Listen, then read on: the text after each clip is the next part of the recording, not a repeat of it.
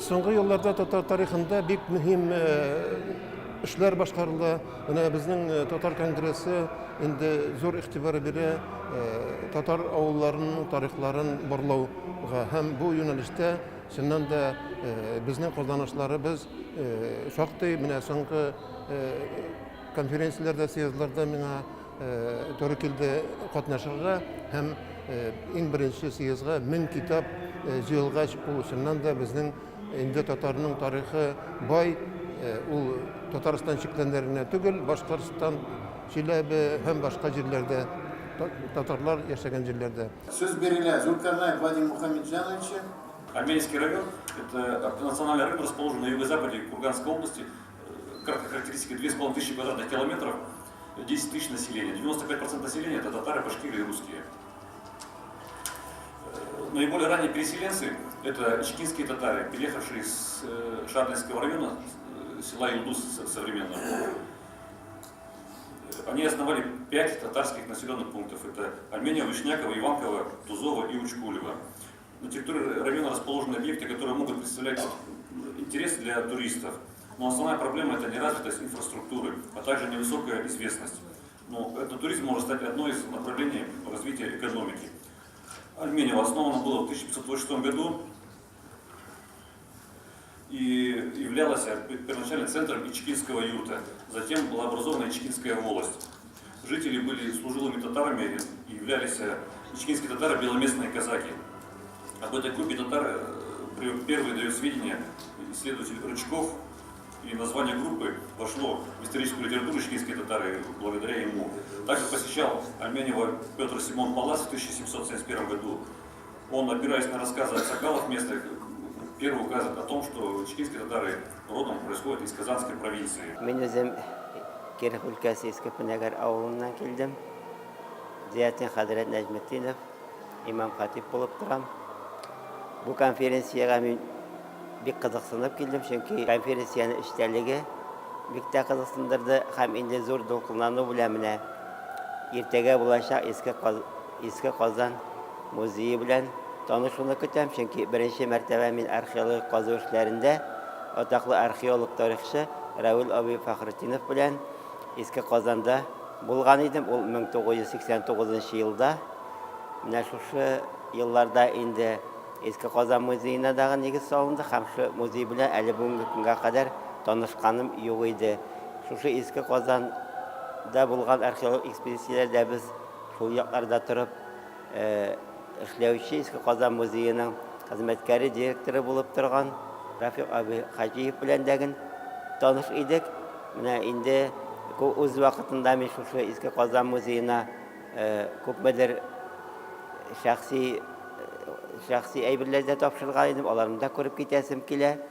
Һәм инде менә шушы конференцияның шушы практик ягы һәм билгеле инде аның утырышлары, пленар утырышлары, анда сөйләнгән сүзләр ярдәмендә без инде үзебезгә алга таба тагын да дулкынланып үзебезнең туган ягыбызны ныграк өйрәнербез, аның белән тагын ныграк кызыксынырбыз дип өметләнеп калам. Күптәннән Советлар Союзы вакытында шөгыльләнәләр.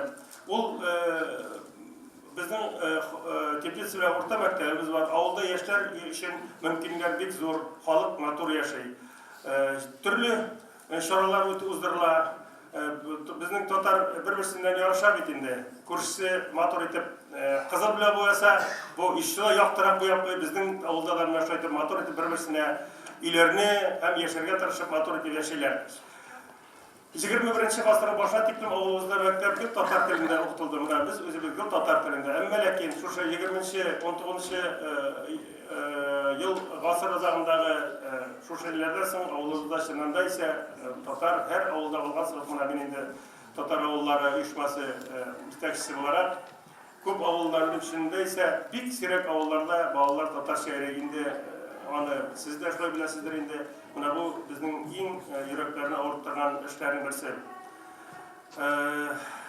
Авылым турында кешеләргә язып калдырасы килә.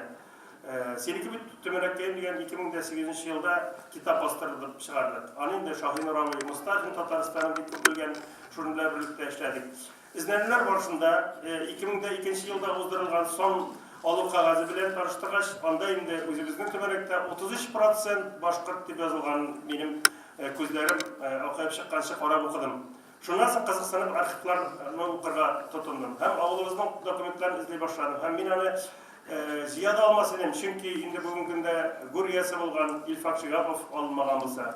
Без аның белән Уфа, Оренбург, Казан, Мәскәү архивларыннан бик күп еллар эзләгәннән соң шушындый китап килеп чыкты. Кемнәр соң без Төмәнәк бабай дигән. Бу китапны инде шушы залда утырганнар безнең Акбуй тирәсендәгеләр күбесе беләләр.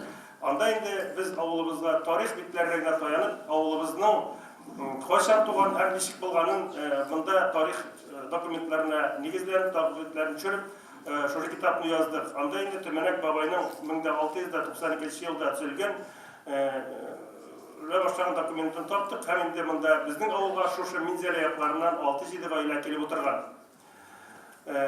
Булып чыкты. Бу инде безнең авылга хәзер 326 ел. Безнең китап Уфада инде 2нче урын алды.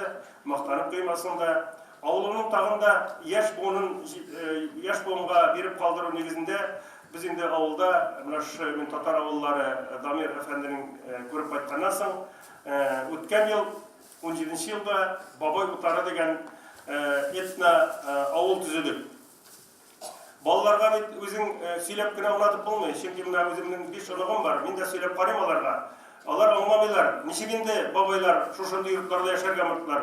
Һәм инде шушыны без нәгълиятны күрсәтеп, иң беренче килгән салам йортлар, читтәннән үрелгән йортлар, анда нинди алар яшәгәннәр, ничек итеп сәкеләрдә, ничек шушылар коралларын куеп шуны эшләгәннән соң килгән мәктәп балалары шул кадәр аңлыйлар. Һәрбер әйберне үзләренең кулларына тотып карагач, безнең бабаларыбызның ниләренең шундый яшәүләренә һәм инде без шушы җиһазларны күрсәтеп алдырда эшләгәч, балалар һәм мәктәп балалары безгә класслары белән килә башладылар, мәктәпләр килә башладылар. Менә инде бүгенге көндә безнең шушы музейга инде Австралия, Төркия, Кытай, Германия, Испания, Финляндия, Россиянең төрле төбәкләреннән бик күп кунаклар килде. Бүгенге көндә примерно санаганда үткән елдан 1 елдан артык вакыт эчендә 5000-нән артык турист безнең авылга килгән икән. Алар безнең авыл белән дә танышып киттеләр, безнең яшәү чыганагы белән танышып киттеләр. Һәм инде һәрберсе шундый танышып, шундый киттеләр. Музей бит инде ул карау өчен. Әмма килгәч кешене тагын аларны нәрсә белән кызыксындырырга кирәк. Без менә шушы уңайдан шушында кышкы шуа торган түбиник, шуып таулар шуа торган түбиник оештырдык. Моның канатны юлларын ясап, һәм инде халык шул кадәр күп килә башлады. Кышкы көннәрдә, кайсы көннәрдә, ял көннәрендә балалары белән киләләр. 450 кеше килгәне бар менә чынында исә каникул чорында шундый иттем. Бу туризмның бер үзебезнең авылның безнең инде маллар атлар асрыйбыз. Шушы атларда җәй көне кырда үлән пишән чәчеп ашлык бурган кешеләребезгә кышкы көндә эштә килеп чыкты. Алар кышкы көндә шушы атлар белән балаларны йөртеп, улларны йөртеп, һәм инде шу атырган тауларда аларга да эш килеп чыгып, алар да шундый мотор канәгать булып, кышында, җәендә эшләйләр һәм инде хезмәт хакын алып шулай мотор итеп яшиләр. Бу бит инде үзе бер яшәүнең, авылның яшәүнең мәгънәсе дип әйтәсем киләдер инде.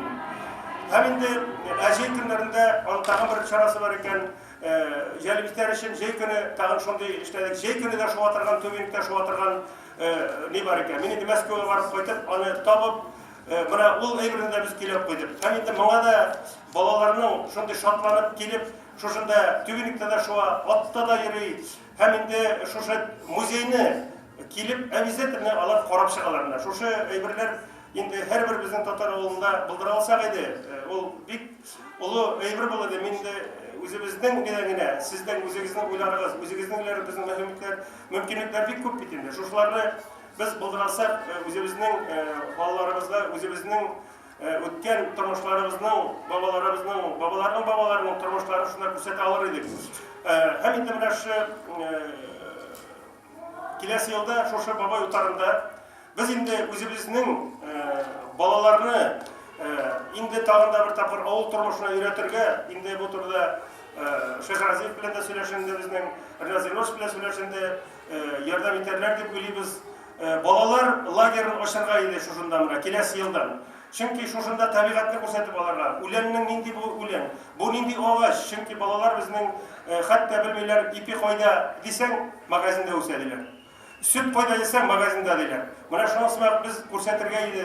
Ничек итеп ул сөт барлыкка килә, ничек итеп икмәк барлыкка килә, ничек итеп моны һәрберебез үзебезнең туган ягыбызда, туган җиребездә башкара алабыз дип мин уйласым килә. Шушыны бердәм туганнар, бердәм эшлик, шу балаларыбызны шуңа өйрәтик. Мы сегодня собрались на республиканскую краеведческую конференцию. Прежде всего нас пригласили в гимназию. Это Адмиралтейский Слобода, Биш-Балта по-татарски. Это Адмиралтейство еще при Петре I строило корабли. Это очень интересная, познавательная экскурсия произошла. Дети на чисто татарском языке разговаривают, учат уроки.